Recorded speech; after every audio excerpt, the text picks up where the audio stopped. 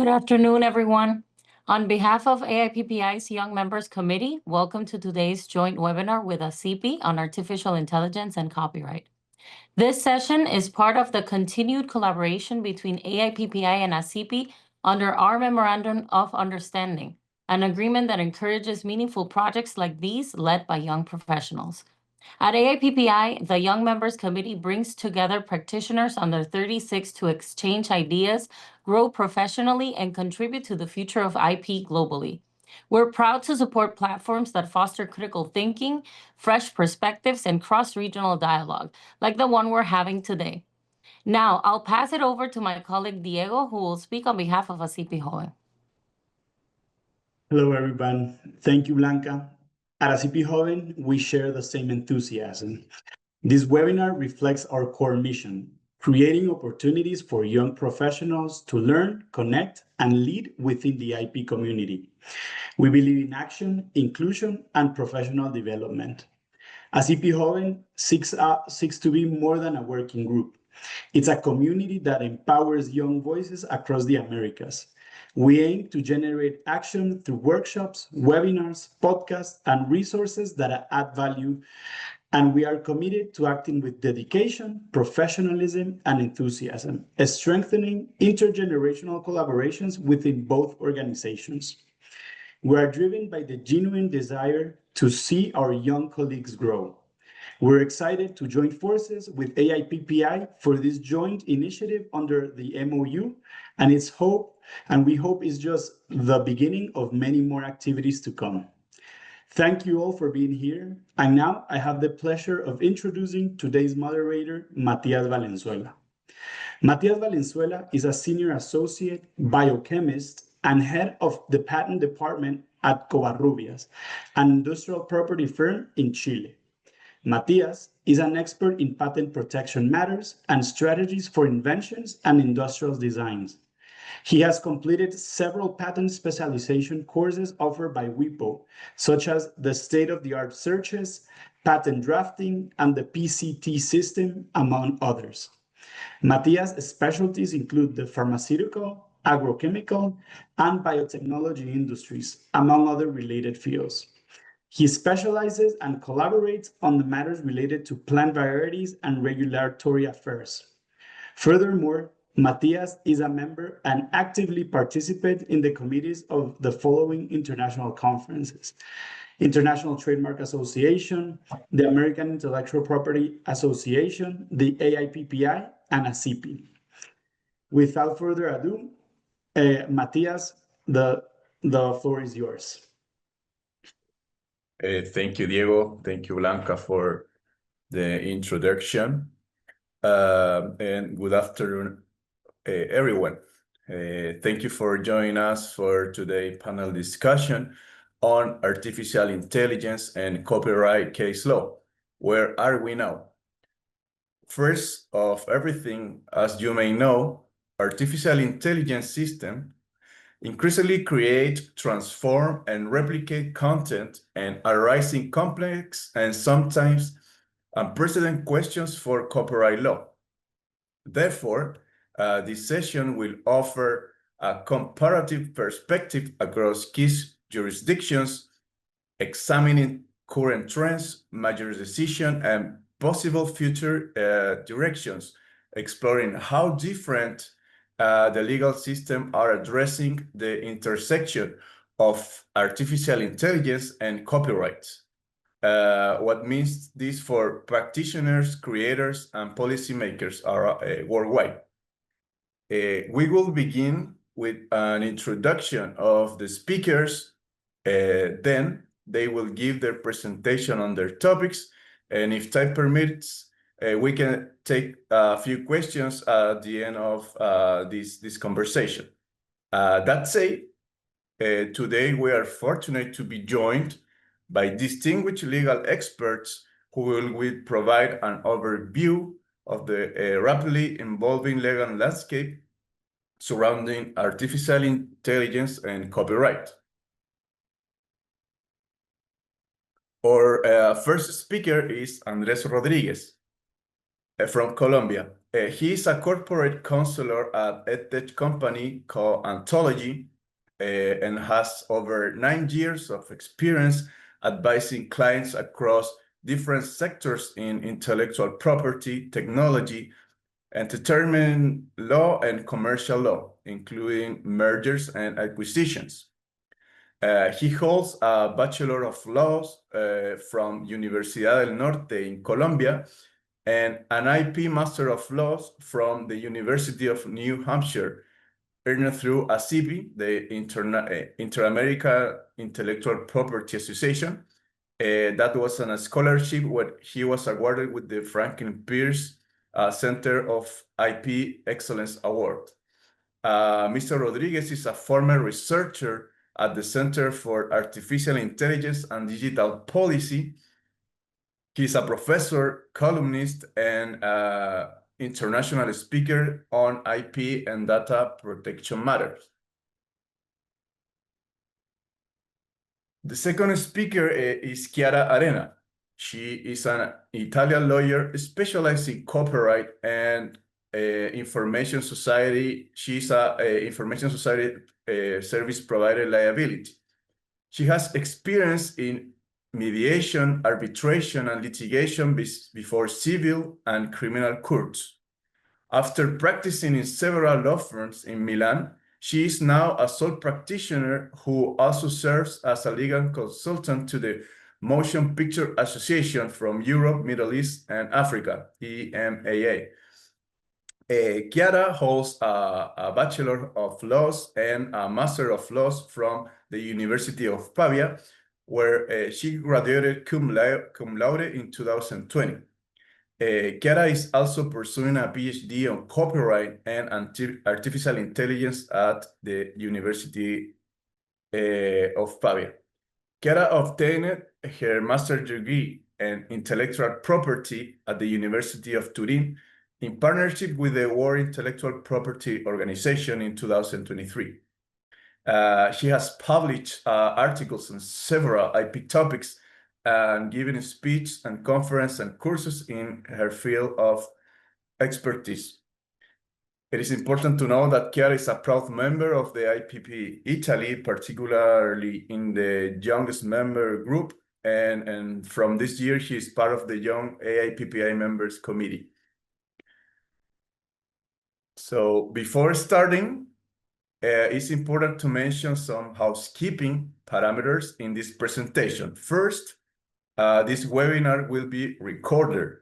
And second, the question to the speakers can be submitted by the QA box. The QA session will be at the end of each presentation, so you can write in the corresponding box. And if time permits, we can read some questions and Chiara and Andres can answer them.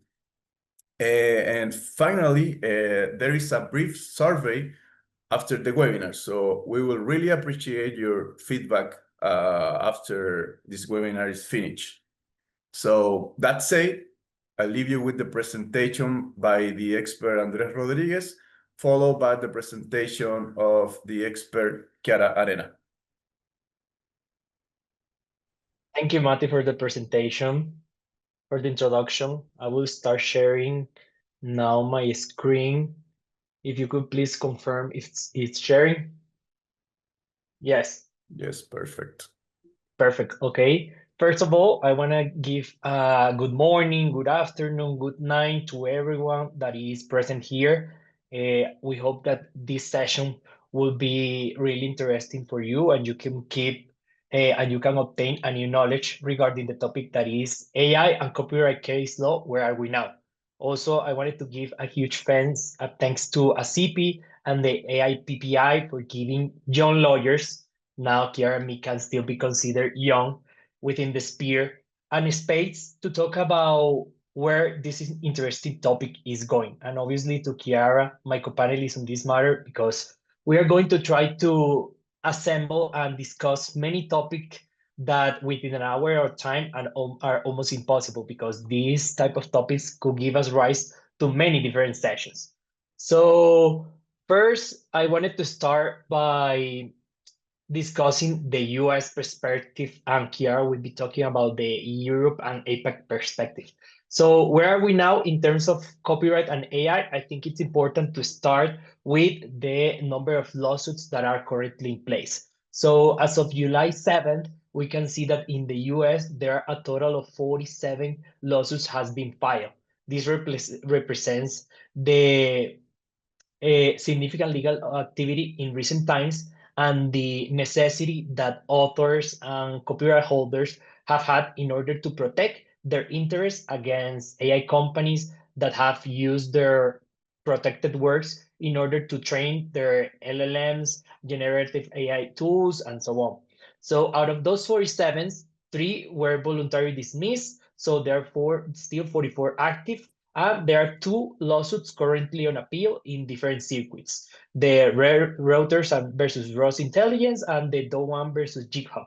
We can see here that from this interactive map that Professor Edward Lee created, the Southern District of New York and the Northern District of California are the places where the most lawsuits are being fight against on. We are going to talk about two cases today that were just announced 3 weeks ago. We obviously have heard of them. They were decided in the Northern District of California, which is obviously a forum that is really important for tech industries. So this is the first picture we want to have in order for you to understand. But it's not just the US. So we need to also need to see the number of copyright AI lawsuits worldwide and who are the biggest team players on that scene. So we can see that OpenAI and Microsoft has the most number of lawsuits worldwide with 12 lawsuits. Then it goes to OpenAI with 6 lawsuits, Meta with 5 lawsuits, and then we can see up a number of entities that we have heard of and which lawsuits and results are obviously going to change what we might discuss today, because every day brings a new adventure or a new topic to talk on this topic. So we can see Suno, Stability AI, Anthropic, NVIDIA, and so on. So this is just a first look. So what most of these companies have been using, and we are going to talk this through here, is the fair use defense. The fair use is a mechanism that is used as a defense against copyright infringement. It's not an exception to a law that allows the use. So it's important for us to start with the basic.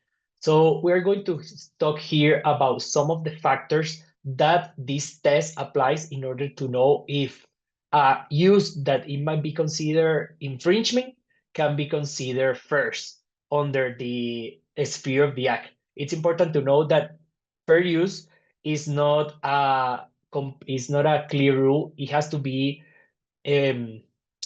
modified and evaluated case by case, because each case brings not only its own set of factuals to keep into account, but its own evidence that was intended into trial. So judges have to be limited by those facts and by those evidence in order to apply these 4 factors. The first one is the purpose and character. So if the purpose of the use is crucial, determining whether it is transformative. We are going to be discussing a lot here about transformative. Commercial or nonprofit educational. 2, the nature of the work. The type of copyright work influences fair use, as some may have more protection than others. For example, unpublished works have more protection over published works. It's not the same where we are talking about books that have so many genres, to be talking about fictional, to be talking about biography. So each type of work needs to be evaluated on its nature. The amount used, so it's the amount and significance of the portion of the work that it's being used in order to create the new work or element. And the fourth, which we're going to see that in one of the cases, Charia, in the case of Meta, says that it is the most important factor in this fair use evaluation. So it's assessing how the use impacts the market value or potential sales of the original work.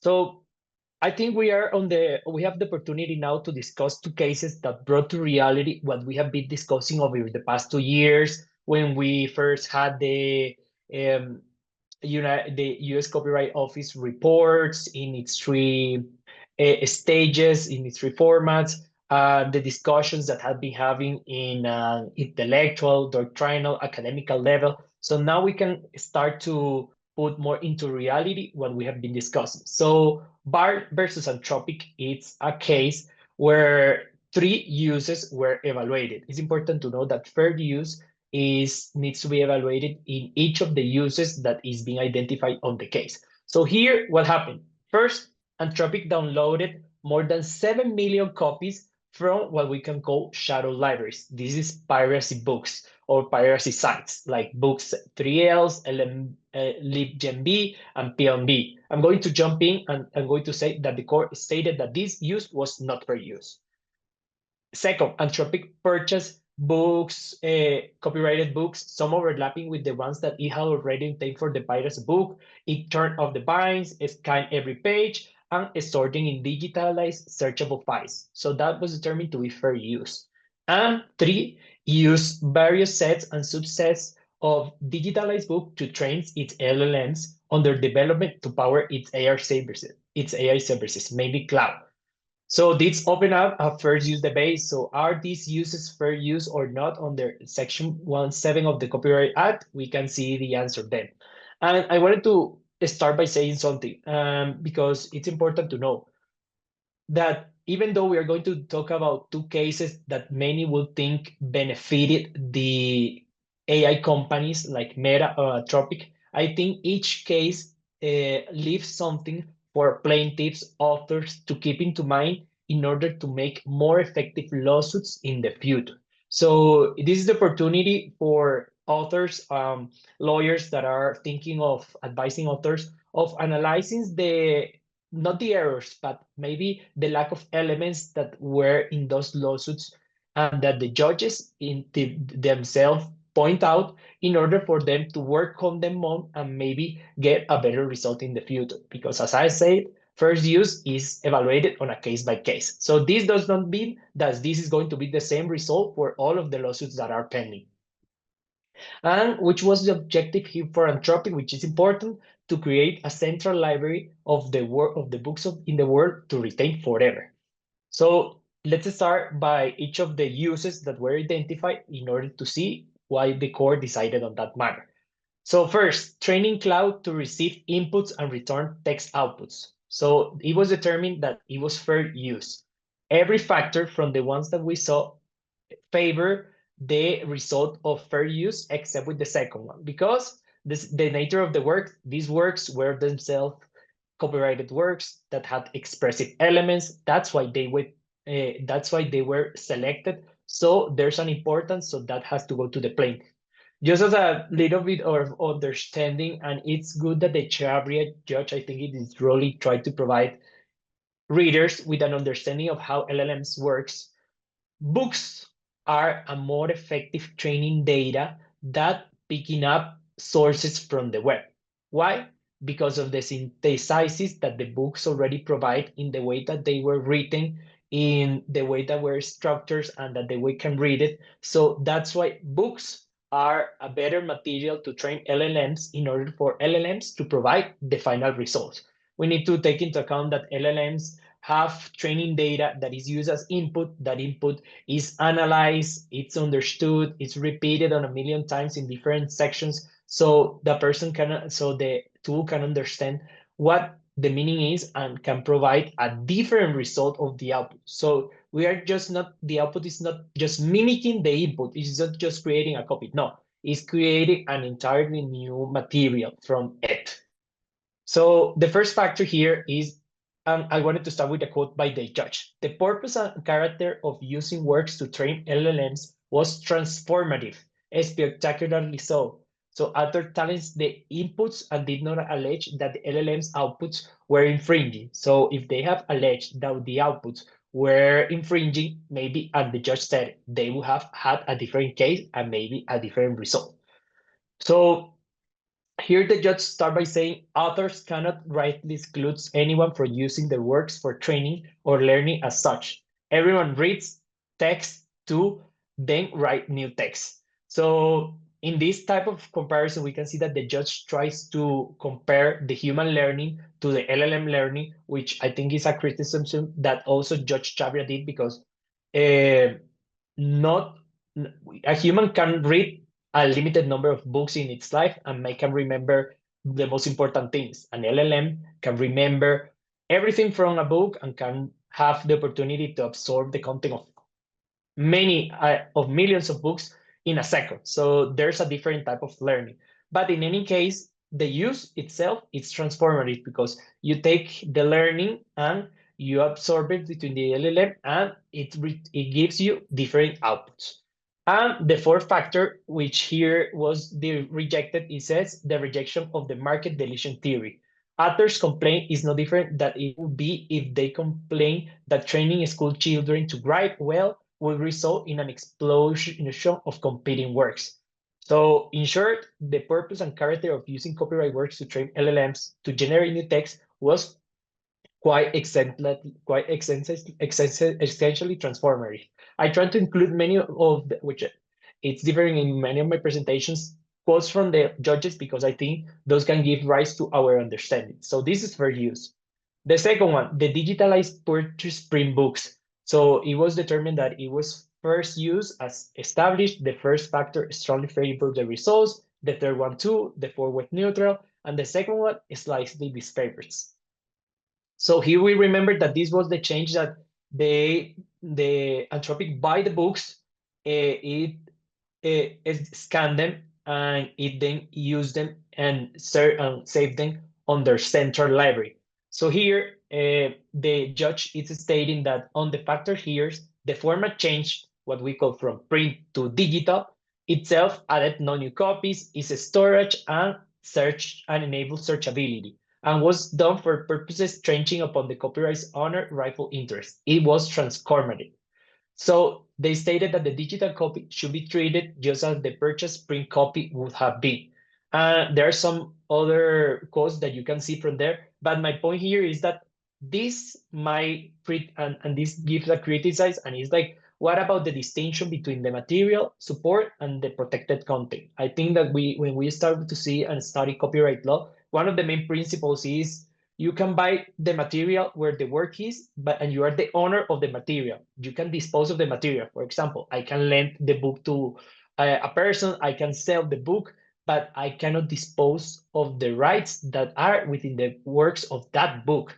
The right of communication, the right of distribution, because that would mean that I could buy a book, for example, and I could make 1,000,000 copies of that book, and I will be protected. So obviously, here in that case, the court evaluated on the merit that it was just intended to be safe on a central library. It was not intended to be redistributed, because that would affect, obviously, the power of the holder or the copyright holder to gain money. But it's still an observation that we need to keep into account, and I think it's important to remember that distinction, because this would be something that could have had an objection for many people.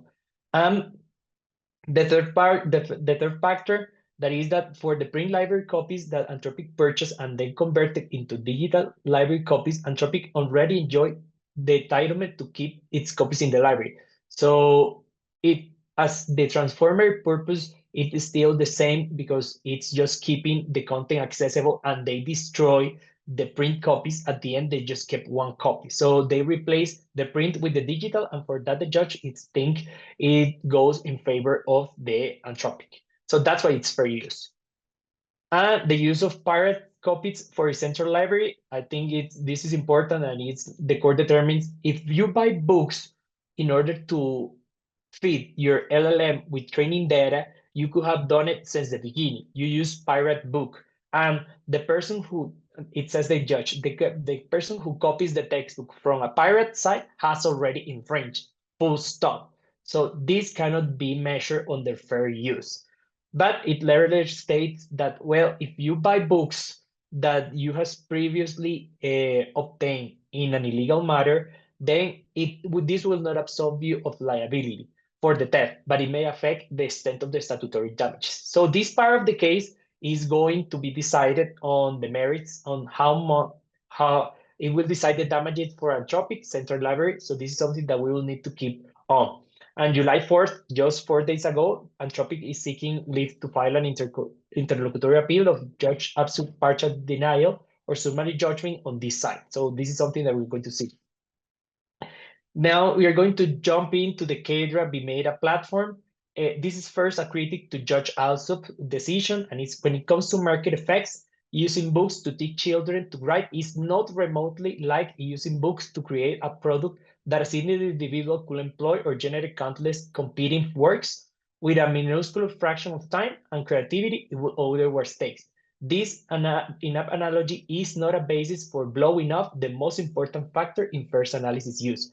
The most important analysis factor for Judge Chabria in this case was the fourth factor, and is the market impact.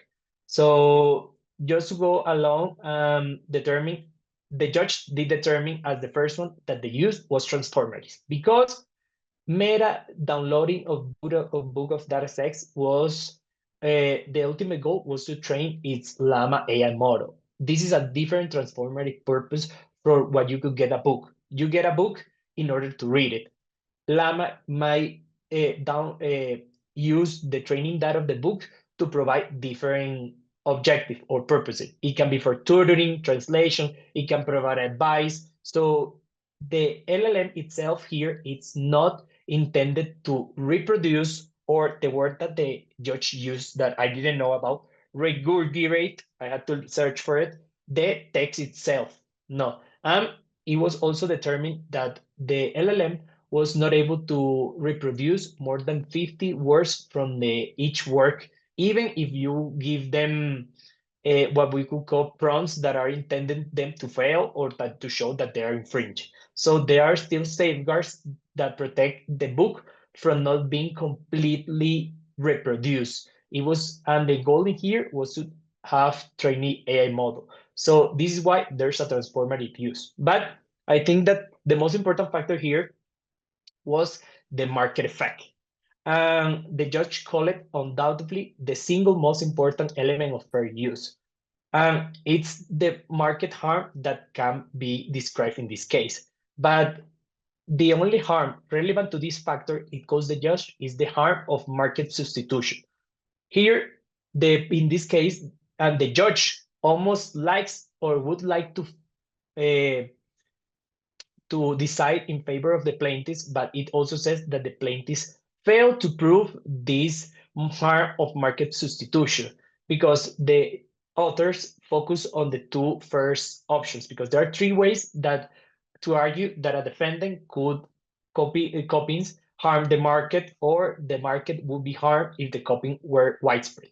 The first one is, okay, plaintiff claims that the element could substitute the work because the output could be the same as the book. There's a problem. The LLM cannot provide more than 50 words of the book itself. So it doesn't provide an exact copy of the output, so that doesn't apply. Second, the authors say it's affecting my potential AI licensing market because AI companies are starting to license.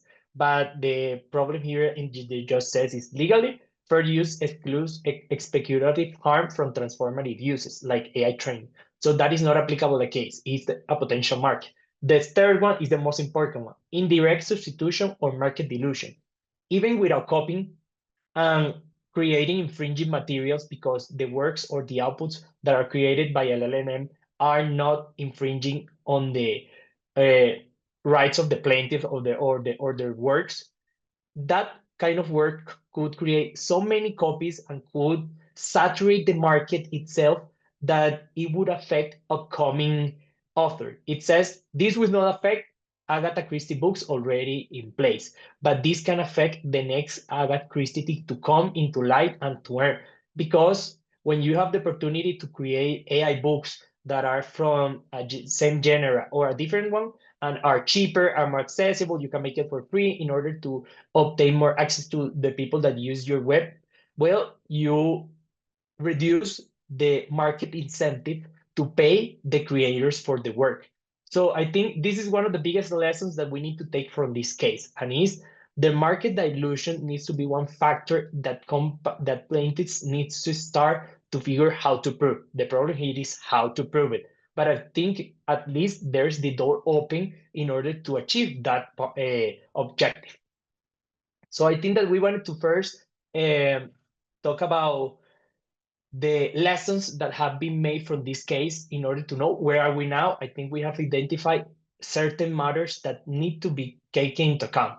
Piracy is not for use. Market dilution in indirect market harm is the goal to go if you want to test the use, because I think outputs that are not the same as inputs are transformative, as we have seen in these two cases. But in any case, each is enough.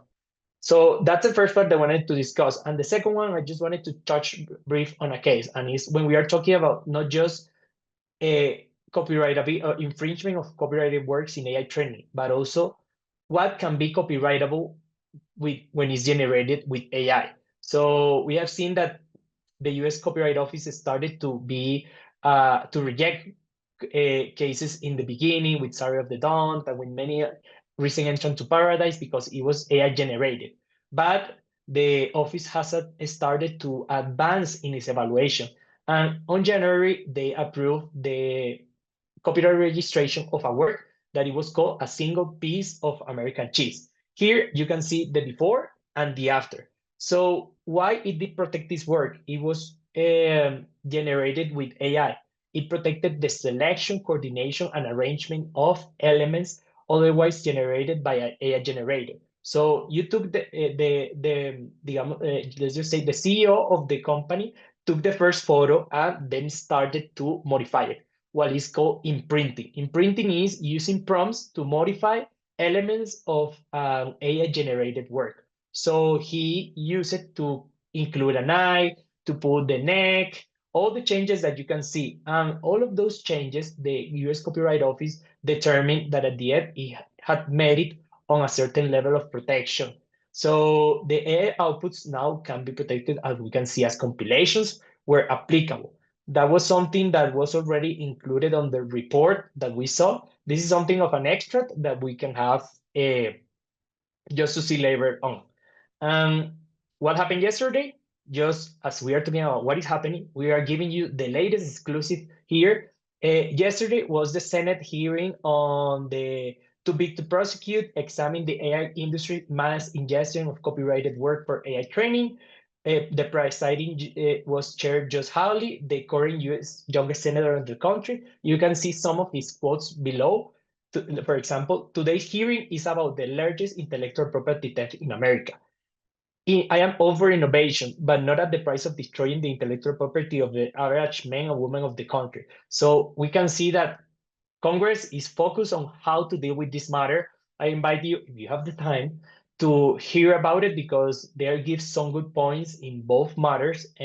So it's important to keep into account that hopefully legislation can at some point clarify this, but I would imagine that that wouldn't be the case at so much. To finalize this presentation, so what's next? I think both companies from the plaintiff side and authors and from the defendant side have realized that there's a risk in obtaining a negative result in a litigation. So we're coming to see that the next thing is the licensing boom that's already started. The Times and Amazon announced an AI licensing deal. AI startups are pushing for licensing deals with Suno and Udio. All of these because at the end, what the goal is to provide for the revenue for the creators. That's what we are looking for. We are not looking, or the creator economy is not looking to stall the development of AI. No, it's just looking that it get paid throughout the process for its work and for tools that are generating billions of dollars each year or within a reasonable amount of time. So if there's money to, as one person was saying in the Senate hearing, if there's money to build $1 billion, how do you say, the places where they put all the data, that's the center where they store all the information, well, there should be money to pay the creators. So that's my part in this part. I'm hoping that all of you like it, and we obviously will be open to questions later. And now I give the floor to Chiara.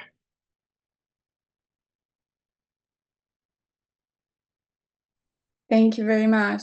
Thank you very much, Andres. Very, very interesting presentation, actually. Just let me share mine and let me know if you can see it. Yes, I- perfect. Yes. Yeah. Perfect. So first of all, I just wanted to thank from the bottom of my heart, AIPPI and ACP for the possibility to join and to participate into this very interesting presentation, even though super young practitioners. And thanks for your kind words, Matias. As Andres already said, I will be dealing with EU cases and APAC cases. APAC mostly India and China.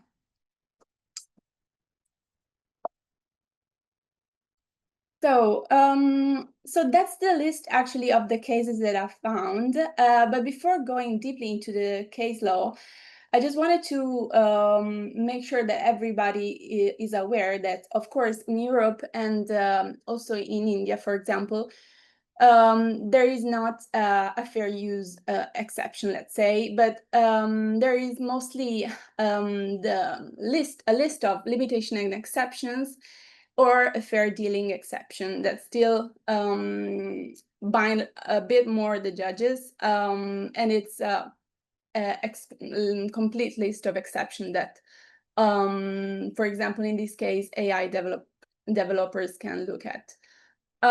For example, I think dealing with the AI and training, the most important one is the one that was introduced with the copyright in the digital single market directive here in Europe, namely Article 3 and Article 4. Article 3 basically deal with the mandatory exception for scientific research. So basically you can train and text and data mining activities if you have scientific purposes. And even though you are not, like, even though you are a public scientific research center, you can also work with the companies, private companies. While Article 4 is about commercial use of trade of TDM exception. So in the case of the commercial use of it. And in this case, it's not a mandatory exception, but the access to the data must be legal. So, and that's remind me of the fact that Andres already introduced. So the fact that many data sets were also trained on pirated data set or a list of pirated content. And if there is an opt-out from the right holder, TDM exception cannot apply. So basically, also the question here in Europe was, how can you express this opt-out? And some right holders actually question this approach instead of a normal opt-in as they are used in copyright. Because usually you have to receive and you have to have the consent of the author before using it for commercial purposes. So basically that's the context. And I think there are also two main points that we have to underline before going into the case law. The first one is that there is also another exception for temporary reproduction and copies when these are done within a technological process and they don't have an autonomous economic significance. And this exception was also again in the copyright digital single market directive, and it was mostly created to easy the process of network sharing and the announcement of the technology and the internet. And there is also another point that is to be remembered, so that every exception that is to be remembered, so that every exception, at least in Europe, need to go through the three-step test that is also based on the TRIP agreement, and that is that basically the exception must be provided in certain specific cases, so not extended to everything, and that then there must be no unbalanced prejudice for the right holder, so an unjustified prejudice, and the use of it cannot have too much impact on the normal use of the rights from the right holders. So, and another point that is very relevant, since I will be dealing also with UK cases, is that UK didn't implement the Article 3 TDM exception, so they just have an exception for scientific research up to now. So yes, basically, as Andres, I've divided the cases into the potential copyright infringement while training of an AI, both from an input point of view and also from an output point of view. And then there is also the question of the authorship. So basically, who is the author of the work that was created using AI? Regarding the first aspect, so the input and training, of course, the most relevant question is if there was a reproduction within the training process. While regarding the output question, the most important issue often is if there was a communication to the public done by the AI company while giving access to its users to this content. So first of all, of course in Europe we had way less cases than in the US. And actually, we had just one cases that was decided in Germany. So it's this case, Kenske versus Lion. The plaintiff is a photographer, while Lion, I think, is now a well-renowned data set for training of AI that was used by many AI softwares, including, for example, Stability AI. And in this case, the plaintiff submitted that his picture was used within the training and was copied into the Lion dataset without the consent of the author, even though there was an opt-out. So the opt-out expressed within Article 4 of the Copyright Directive. And so the main point was around this issue, basically. And the judge, of course, before going into that issue, verified if the work could have been protected, and the answer was yes. It was a photograph that was perfectly protectable under the German copyright law. And the plaintiff was the author. So he managed to prove that he was the author of it with raw data from his computer. There was also a watermark that was put online because the picture was originally put online on a website by a company that has this stock of images. And there was one opt-out expressed in natural language, saying that, for example, you cannot scrape the entire website. So not specifically on one picture, but the entire set of photos. And in this case, the judge actually recognized that during the initial training and the initial creation of the data set, there was reproduction, even though afterwards it was deleted, but there was a reproduction at the very beginning. And he also said that the court also said that the temporary reproduction exception cannot apply in this case because it was not incidental and it was made on purpose to obtain this sort of data set. So it was just something, there was something unavoidable that an intermediary had to do. And also the judge recognized that this activity could have potential infringement of the economic exploitation of the right of the author. But at the end, the judge also said that in this case, the creation of the data set of Lion was done for scientific purposes, so not for commercial purposes. So the applicable exception was the one under Article 3 of the Copyright Directive, and therefore the opt-out wasn't needed in this case. Notwithstanding that, the judge said an important, clarified an important point regarding how, in his opinion, opt-out should be made.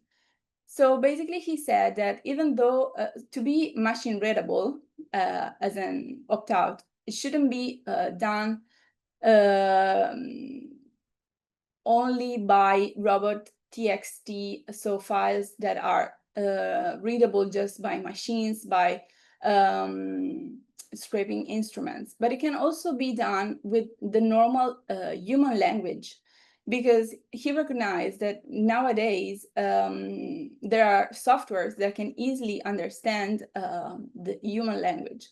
So, and on that point, there is also to be remembered the recital 18 of the copyright directive that said that not only should be machine readable, but the opt-out can be also expressed in the terms and conditions of a website. And this means that natural language is also allowed. In this case was appealed, actually is under appeal. And the fact that Lion also worked with Stability AI, that at the end was a commercial, was a company with commercial purposes with its own employees working with Lion, wasn't a convincing argument for the court to say that Article 4 of the Copyright Directive should be applied. Yeah, basically, I've already said that. Then we had another case in the Netherlands, and it's about still again TDM exceptions, even though it doesn't have anything in common with AI, because in this case the plaintiffs were news publishers, and the defendant was a company that was making a list of alerts with the news, scraping the RSS feed online.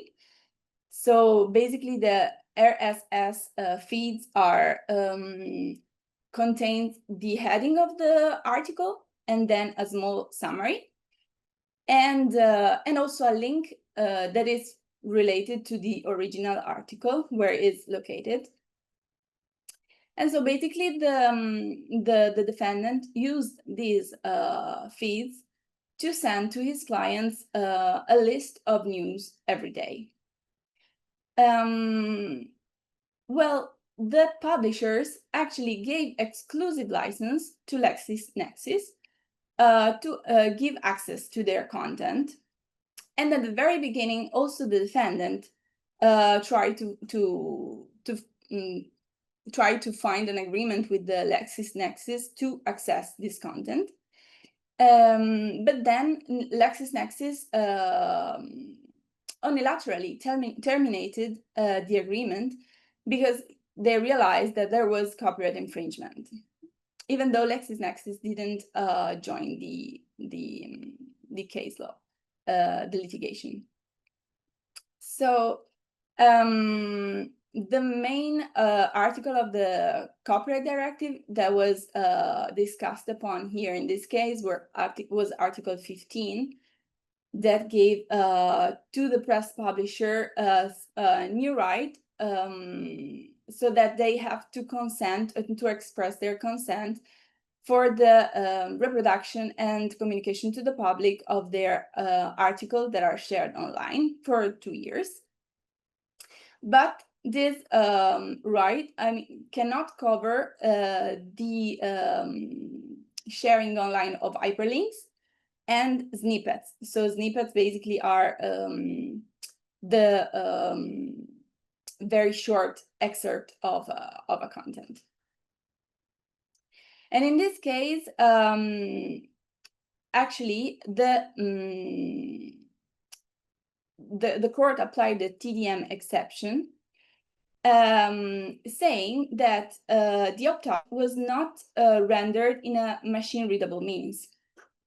So the outcome is basically contradict the one of the Lion case. But now, just jump into one of the most discussed cases in Europe now. So the Getty Images Group versus Stability AI started in 2023, and the trial just ended. It was done in July, actually. Sorry, not in June. Sorry, not in July. And this case was a twin of another case that Getty started in the US. What you can see here are two pictures taken from the complaint of Getty, actually in the US cases, because for UK it was not available. And at the very beginning, they pleaded for primary copyright infringement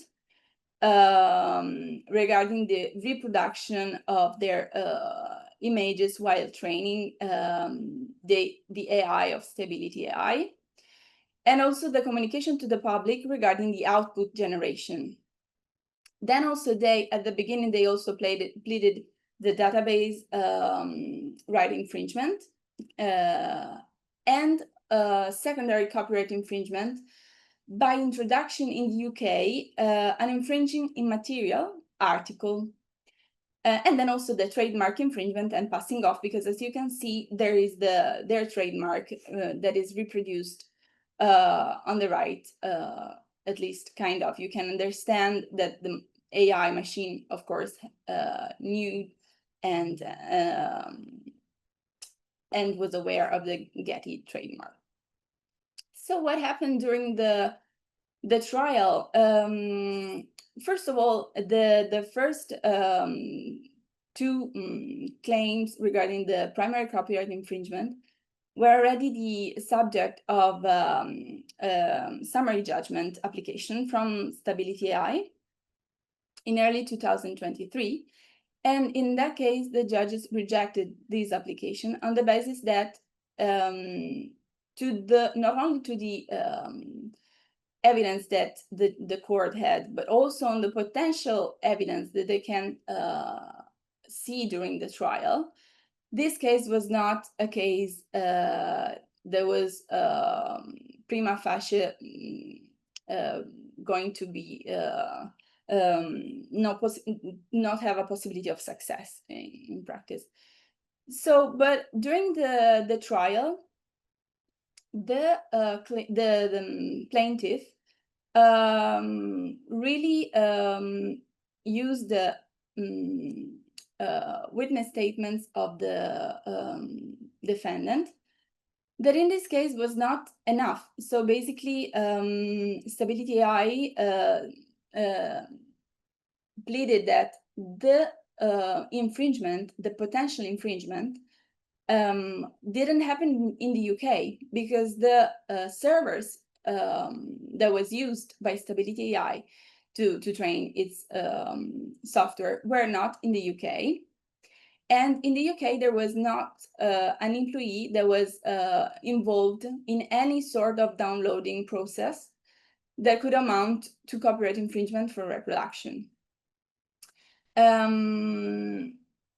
So yeah, basically now what we expect and we have to see is how the court will decide the secondary copyright infringement. And the most the main topics here, there will be if the article that is the Stability AI software will be seen as an article. I mean, the software will be as an article because it's immaterial and there is no specific case law on that in the UK. And then if there was a reproduction in this case that, if done in the UK, could amount to infringement. So basically what we can learn from this case is the topic that regard the jurisdiction of a court and the importance of having a strong case and also looking in advance on how the interpretation of the case law is dealt with the courts regarding their jurisdiction. Because, for example, there are other countries, for example, Italy, since I'm a lawyer here, that regarding the copyright infringement online, for example, in the right to communicate to communicate to the public, doesn't really care about where the computers and the software are. It's important just where the plaintiff had his damage. So basically, if it's in Italy, well, Italian law is applicable and the Italian courts have jurisdiction. Then let's jump to the Hungarian referral that we had before the Court of Justice of the European Union, Like Company versus Google Ireland.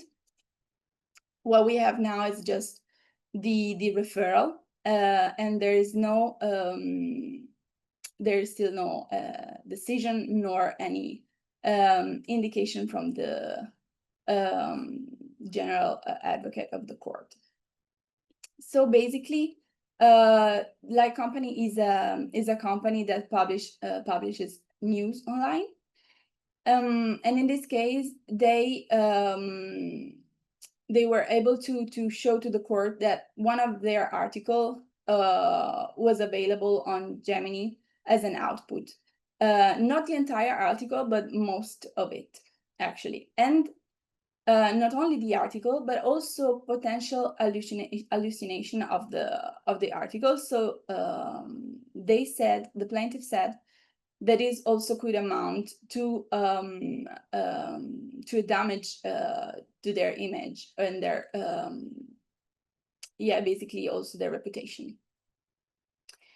There are 4 questions that the Hungarian court referred to the European court. 2 are related to the input and the reproduction, and the other 2 are related to the output and mostly deal with the communication to the public. So we will see how the European court will handle the process of training of an LLM-based chatbot, if the TDM exception will be applicable or not, and who is responsible for potential assumed infringement. So the users of the AI or the service provider. The defense by Google is mostly based on 4 points. So the first one is that there was a linking and not a new public, because the links was the same. The link that was at the end of the output was the official one. So basically users could just click on it and could have reached the original location of the article, and according to the CGU case law, that's not a copyright infringement, because indeed there is no new public. again, even in this case, we have the AI companies saying that there was no reproduction and the data were not stored but converted into little small tokens. So again, they said that Hungarian law, as in the UK case, was not applicable because the training happened abroad. And they played with the hallucination factor, saying that there was not substantial reproduction, actually. And now, just the last case on the training. In India, ANI versus OpenAI started in 2024. Here, the questions are basically, again, the same, also with hallucination and reputational damage potential. And in this case, for example, OpenAI, as in many other cases, also in the US, started blacklisting the website involved so that he cannot scrape it anymore. So we will see if this action will contradict his arguments on the case. So basically, the questions that the court asked to the parties were if the storage of copyrighted works for the purpose of training ChatGPT is an infringement, the use of copyrighted works in order to generate outputs is an infringement. So basically, input and output. And if in India there is any space for fair use. As I said at the beginning, actually, Article 52 of the Indian copyright law mentioned the fair dealing exception, listing a very long list of exceptions and limitations. So we'll see if the court will decide to borrow this concept from the US or not. And the other question is if Indian courts have, again, jurisdiction considering that servers are abroad. So again, this question of the servers arise. In India, we don't have any TDM exception, actually. So that's also an interesting point to take into consideration. And the next hearing will be on July 23 of this year. Just a very quick touch on something that is actually cooking. So in France and Germany, 3 other cases were launched by publishers associations and German Music Collecting Society against Meta, OpenAI, and Suno.ai for basically the same reasons as the US cases mostly. And so we will see how they will apply the TDM exception and copyright law in the EU. What also we have in the EU is not only the TDM exception, but also the very fresh AI Act that actually impose the compliance with the EU copyright law and also with the TDM exception, therefore therefore opt out. And if you want to check, on July 10th, the first draft of a code of conduct for general purpose AI was released by the Commission and is now under review. Now the second question, very, very briefly. So who's the owner of content created with AI? We have 3 possibilities here. So it's the machine, it's the creator of the software and the company that is running the software, and it's the owner of the software, or is the users of it, or nobody, so basically on public domain. We have different replies on that. Nobody actually agreed on giving authorship to AI software. We have different cases, mostly led by the Dabas cases, even though they were mostly on patent, but the reasoning behind is the same. And then we have 3 interesting cases in China that I will very briefly deal with. In China, they recognize the ownership to the users of the software, saying basically that there was enough human creativity, not only in adding something creative to the picture, but simply inputting the prompts. So in all of these cases, the plaintiff was able to prove that he really was the one that shaped the kind of output that the machine should have and create.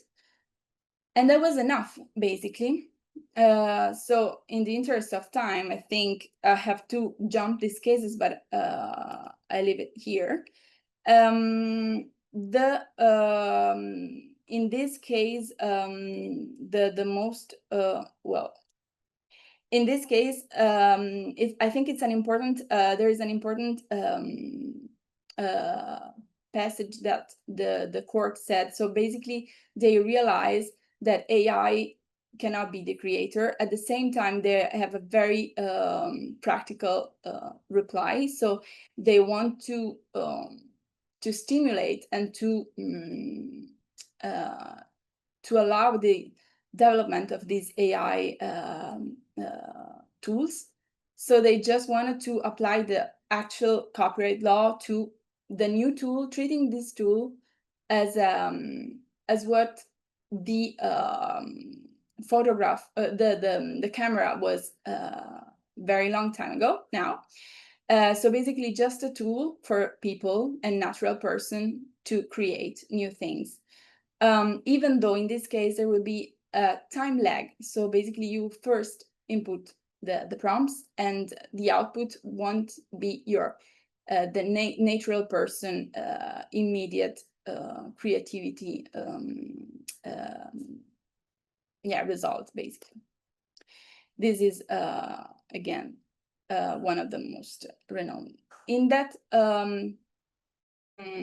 very positive approach, the last case that I have is the one from Czech Republic that actually had the total opposite view on that. So basically there was a picture created by AI.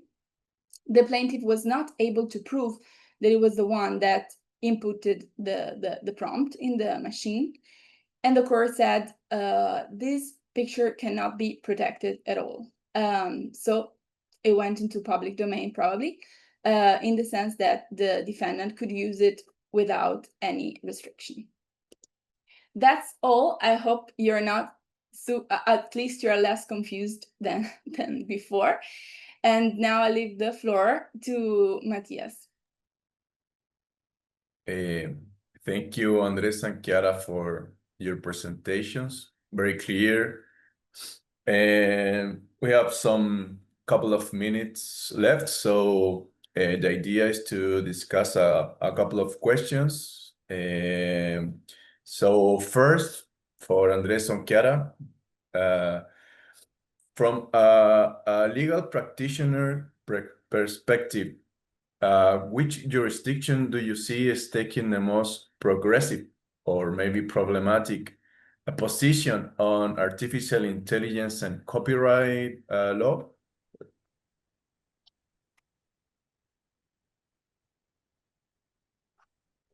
You want to go first on this, or should I?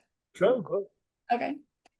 So, like, I believe the most AI pro AI jurisdiction probably is China now. But even though I didn't find any case law on training, actually just the authorship of the output.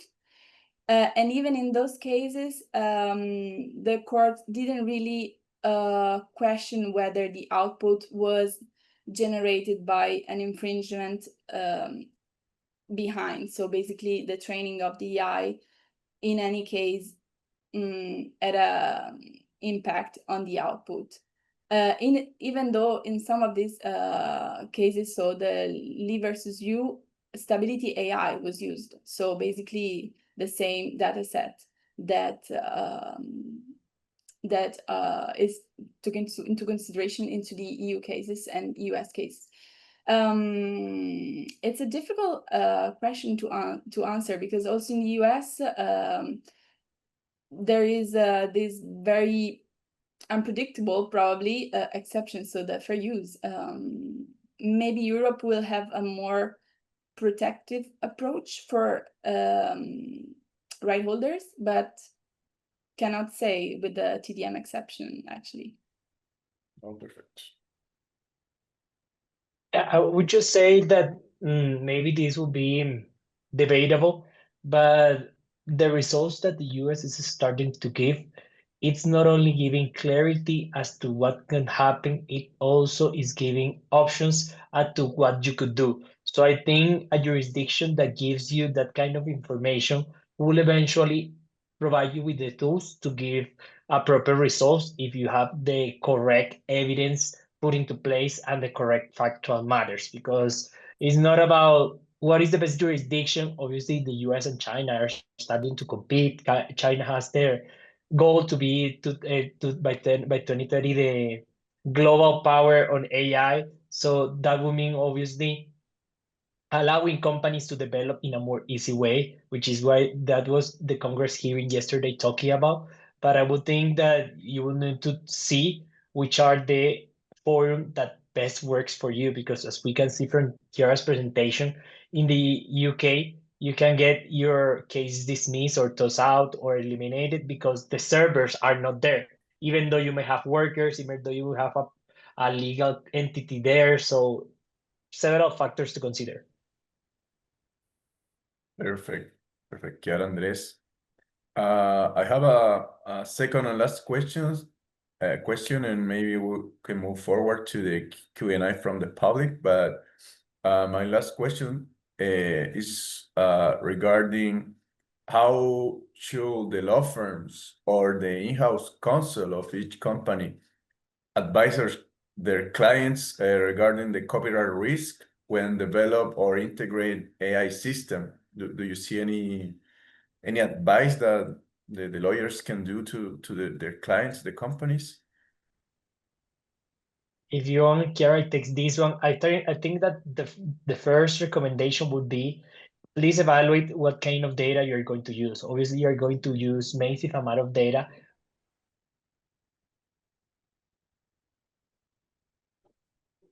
I think we lost. Yeah, we lost you on this.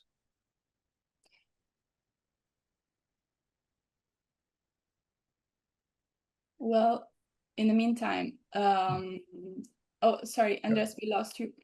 Oh, I'm here. I can still hear you. Can you hear me? yes, we Yeah, didn't hear the second part of your answer, actually. Sorry, I was just stating that first you need to evaluate the data you're going to use. Obviously, you're going to need massive amount of data, and the better quality the data, the better the results. So first is where you're going to obtain it. We can see that from pirate sites, that's a problem. Second is, well, is there opportunity to license? I think companies that are owners or IP are starting to understand the massive amount and revenue that their IP has, not only by creating new derivative works of those copyrighted works, but also by licensing them. So I think the market is starting to evolve on that sense, and it's good that the companies go on that direction. And obviously, at the end, it's a measure of you as a lawyer. When you're in-house counsel, you can stop the business from executing. When you're an outside counsel, the easy question might be, no, it's not possible. As an in-house counsel, this is the risk, and this is what we need to take care. And that is what mostly tech companies do. And it's like, well, we go now, we do billions, and then we start to solve the problem. Happened with Master, is happening again. So it's just going and seeing every day to the minute, because if you are stopping it, the development of technologies as a law firm or in-house counsel, then you're not doing your job. Your job is measure risk and evaluate it, how to best mitigate it. Yeah, I agree. I think the number one word in the future will be transparency, I think, because I think it's very important to have at least a summary on the resources that were used to train the model, so that also other users of the AI software can evaluate their compliance, their risk. So I think it's really important to add that, not only in Europe, but probably also abroad. Yeah, perfect. So just to finish, I will read a couple of questions from our public. So Kurt Sutter say, these days, Gen AI operators heavily rely on RAG, retrieval augmented generation. For example, getting context information to be used for a given prompt. In fact, more documents are accessed for RAG than for training. Note, RAG is technically completely different from training. For example, in reply to a prompt, an internet search engine may generate an AI reply based on a newspaper article. So the RAG is the same document. This reply will make it unnecessary for the user to look at the newspaper, which may affect the business model of the newspaper. Are you aware if the copyright aspects of RAG access have been discussed in any of the lawsuits? That's the question. I would jump maybe and said that, well, we have seen 44 still active lawsuits from the one I have been able to review that are like 5. RAG is not a topic that is untouched right now because I think it's a different format from the training of the AI model. I think the Chavria decision is the most technical one. It explains how a generative AI works, what torrenting is, different type of technical measures in order to best fit the training data and provide the result. So I will advise Court to maybe search that one, but for RAG, I haven't seen it personally. Yeah, no, me neither, actually. We'll see if there something else will jump on the table, but even in this case,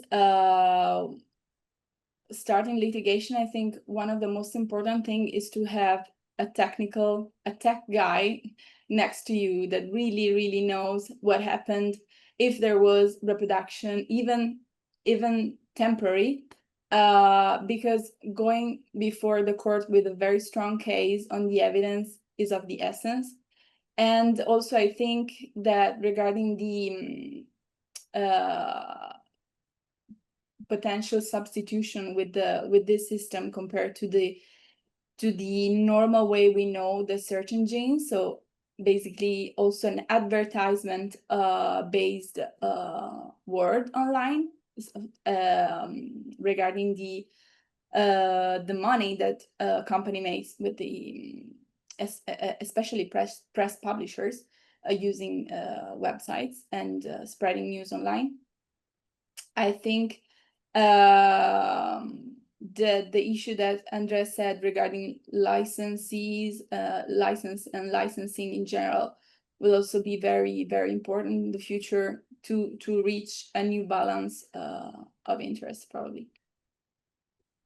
Okay, I think we have time to answer just the last question. So from Joana Palacios from Peru, she said several copyright infringement cases are pending.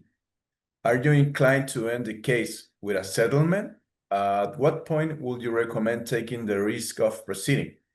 Will Disney and Universal take the risk in their case against Midjourney? We know that today the criteria are diverse, at least in the US.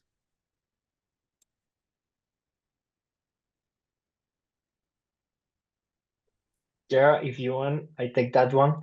Giovanna, that was, or you want to go, Chiara? Go ahead. No, go. I wanted to say to Giovanna, that was the exact same question I had with a professor when we were discussing this topic, and it was like, what's now the appetite of danger that companies and plaintiffs are wanting to have in this kind of operation? Would this mean more settlements? Would this mean that companies will keep on litigation? I think the answer first, it will depend on the case. If I know that there are many plaintiffs that now are working on amending their lawsuits in order to best prove the market harm that is called in an indirect way. So I think that's going to be a way to push in order to arrive to a better result or to push the company to settle, because as we can see from the Chiara decision, the judge wanted almost to rule in favor of the plaintiff. It says it's not this is illegal, but at the end, the plaintiff didn't provide enough proof.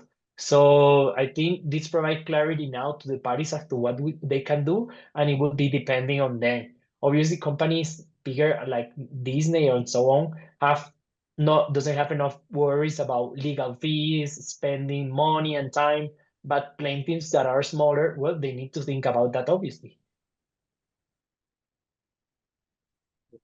Well, to me, I cannot speak for the Disney case, for example, because I was not a lawyer involved in that case.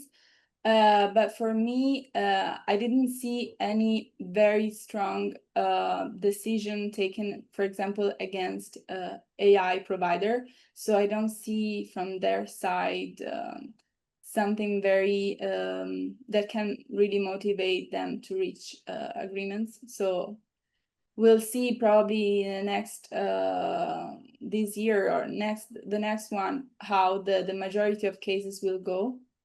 And so probably after that, we will have more clarity on how and if reach an agreement. Perfect. Well, thank you so much, Chiara, Andres. It was a very great presentation, both of you. So, and thank you to the public. It was a pleasure to be here, and we'll finish with the last words from Blanca and Diego. Thank you so much. Thank you. Thank you, both panelists and moderators. Thanks for the public that joined us today. We just wanted to thank you and say it's been a real pleasure to listen, learn, and reflect alongside such passionate and insightful group of professionals. Before we wrap up, I'd like to take a moment to share an upcoming ASIPI initiative that may be of interest to many of you. And this is the ASIPI Driving Innovation from Local Government webinar that's going to be on July 22nd. And also mention the ASIPI Congress in Buenos Aires in Argentina. The early bird registration deadline is closing, so it's open till 25 of September. Everybody that is willing to attend, I recommend doing it so with the early bird registration fee. Thank you. Blanca. And from AIPPI side, we're also excited about what's ahead. There are a couple of events and opportunities we'd love for you to keep an eye on. One would be the 22nd of July, an upcoming webinar on AIPPI, the impact of affirmative action rulings in DEI programs. We invite you all to join us, as well as the AIPPI World Congress in Yokohama. And with regards to young members, please be aware that there are a couple of activities within the program that might be of interest for you, like, for example, the Young AIPPI Forum and one of the IP cafes. Thank you again for being with us and for continuing to be a part of this growing community of young IP professionals. Thank you, everyone. Thank you. Bye. Bye-bye.